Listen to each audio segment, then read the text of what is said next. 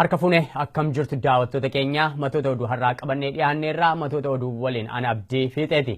Godina Shawaa Lixaa magaalaa Gincii keessatti reebichaa fi hidhaan akkaan jabaachuun himame. Nageenya naannichaa kan daran booressaa jiru ammoo basaastota uummata keessa otoo jiraatanii uummaticha dabarsanii laataa jiranidha jedhu jiraattonni godina Shawaa Bahaa aanaa Boosat keessa jiraatanis humnoota mootummaatiin miidhaa guddaan akka irra ga'aa jiru kan isaan himachaatti jiran. Jiraattonni kun akka jedhanitti dargaggooti akka irratti fuulleffatame hidhaa fi reebicha akkasumas dararaa adda addaaf saaxilamaa jiranidha jedhu.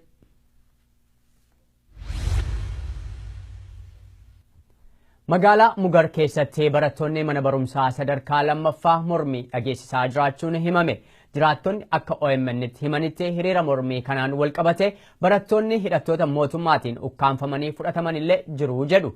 Godina Arsii dhiyaa aanaa Adaabbaa keessatti ammoo manneen mootummaa wayita mormii gubatan ijaaraa jechuun mootummaan dargaggoota hiraarsaa jiraa jedhu jiraattonni.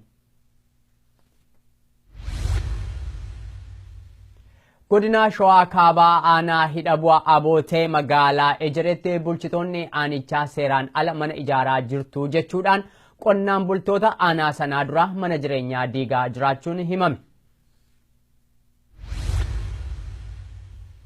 Hawaasni Oromoo biyya Norway kutaa Hedmark magaalaa Hamar keessa jiraatan labsii yeroo muddamaa sababeeffachuudhaan hidhaa dararaaf ajjeechaa mootummaan wayyaanee uummata Oromoorraan dhaqqabsiisaa jiru balaaleffachuun guyyaa har'aa hiriira geggeessaatti jiru.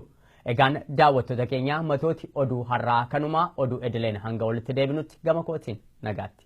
Inni karaa bilbilaatiin hordoftan lakkoofsi kanaan dura ittiin hordofaa turtan jijjiiramuusaa isin beeksifna.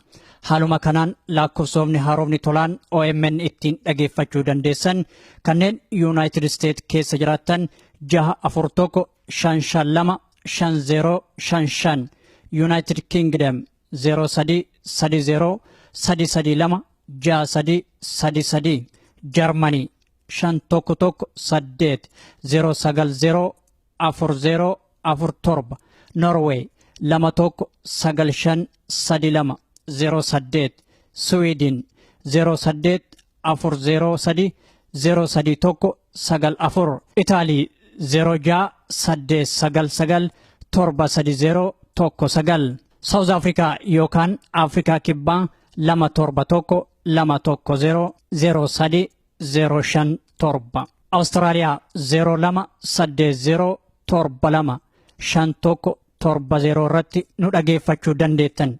Biyyoota birootiif lakkoofsa haaraa akkuma baafneen isin beeksifna. Galatoomaa OMN.